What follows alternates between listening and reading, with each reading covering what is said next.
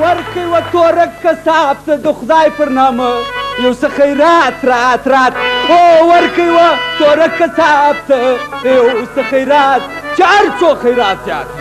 در 2,000 3,000 1 لک روپۍ هر څو چې په وس پړی خدای اوس د خدای پر نامه یې راکړي چې هر څو نقدې زیاتې وي دغومره به زما دعاوي ډېرې چاغې او ښایستې وي ای لالا خو داسې زرینه لنګوټه دې تړلې ده لاس کوه جیب ته داسې معلومیږي لکه د کوټې په ښار کې چې هغه لو پلازه ستا ده دلته په جیب کې روپۍ نه لرې یا لرې زړه نه لرې ولاک یې لرې ګر سره په خدای کې لرې ورې کوي وروره کنې شراوي درته کوم په خدای شراوي درته وکړم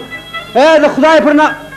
یاره په برېتو ګوتې مه وهې لالا جیب ته لاس څه کوې وروره دا د ګوالمنډۍ چوک نه دی د کوژاک په لمن کې پروګرام دی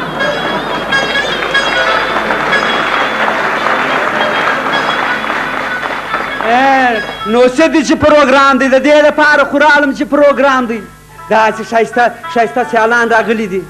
زوم یو څه به راکړي یو څه به پر زړه د رامو به تېرې شي د خیره سره ای لالا په برېتو لاس مه نو ورکه یاره جیب ته لاس که کنې شراوي درته کوم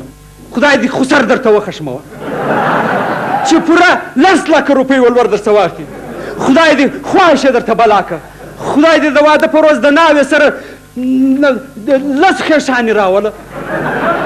چې هره خېشه دونه پنډه وي لکه ګامیشه چې هره خېشه دونه پنډه وي لکه ګامیشه او دونه جګه وي لکه امان الله ناصر او د هرې خېشې سره یو درجن بچان وي او هر بچی دومره شیطان وي چې د مځکې سر ورځینې اخلي نورې شراوې درته کوم الله دې ټماټر ګران دي الله دې پټاټې ګران یا ته لرې که څه کوي پر سر دې چرګ راته کښېنولې ده راته ولاړ ته لرې که وروره الله دې پټاټې ګران دي الله دې تورکه بچ یې پزه دې پرېسه پزه دې را پرې کړه خرابې تا خو ویلې چې زه د غوښو کسابه لرم د شلومبو کارخانه لرم پکې چنډه فکرونه غواړې د شلومبو کارخانه مې وه د غویانو کسابه مې وه د شنو کرونده مې وه ټوله د کور خرابې د لاسه برباد د ده دې خدای بیړه غرقه کړي هېڅ وخورې دا دی خوله لکه د جیب د ګړۍ پوش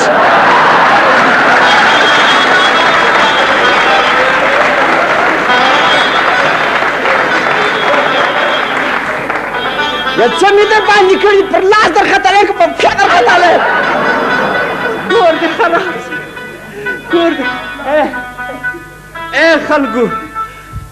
دا زما خو سر دی تاسې ورته وګورئ دغه دی پوره 10 لکه روپۍ ولور یې راسه واخیستی د ده د کور خراب شي و ما مبترا لویه کړې وه ما واښه په خوړل دا خوراک نه شمارې دا کالي کلوشي نه شمارې سپاره مې جلا په ویلې ده داسې لور مې درکړی لکه سپوږمۍ د دې دې مخ خاورې سي راښکاره یې وکړله راباندې تاوان یې بله کړله او وایي چې مخ یې دی لکه سپوږمۍ د دې دې دا دی مخ د خاورو ډک سي لکه پټاټه چې په سوک وویل دماغي توازن یې لا هم خراب دی خو زما دماغي توازن یې را خراب کړي اوس په فکر ته مجبوره شولم ټوله شیان ټوله جایداد مې خرڅ کړي د ده په ولور کې ولاړو نو زه څه وکړم زما قوم زامن ځوانان دي سبا به د هغوی ولور غواړي خو شکر دی کاغذات مې استولي دي حج به په کوم که یا دغه حال دی امان الله جان ولې دی که خدای دې خوار نه که خو سم سړی یې دا سړی وګوره دا یو کال مخکې ما لیدلی و داسې ښایسته سړی و قسم دی موږ ته ویل راسه په ډرامو کې کار وکړه ده څه راته ویل مال زه هالیوډ ته روان یم ټایم نه لرم د تاسو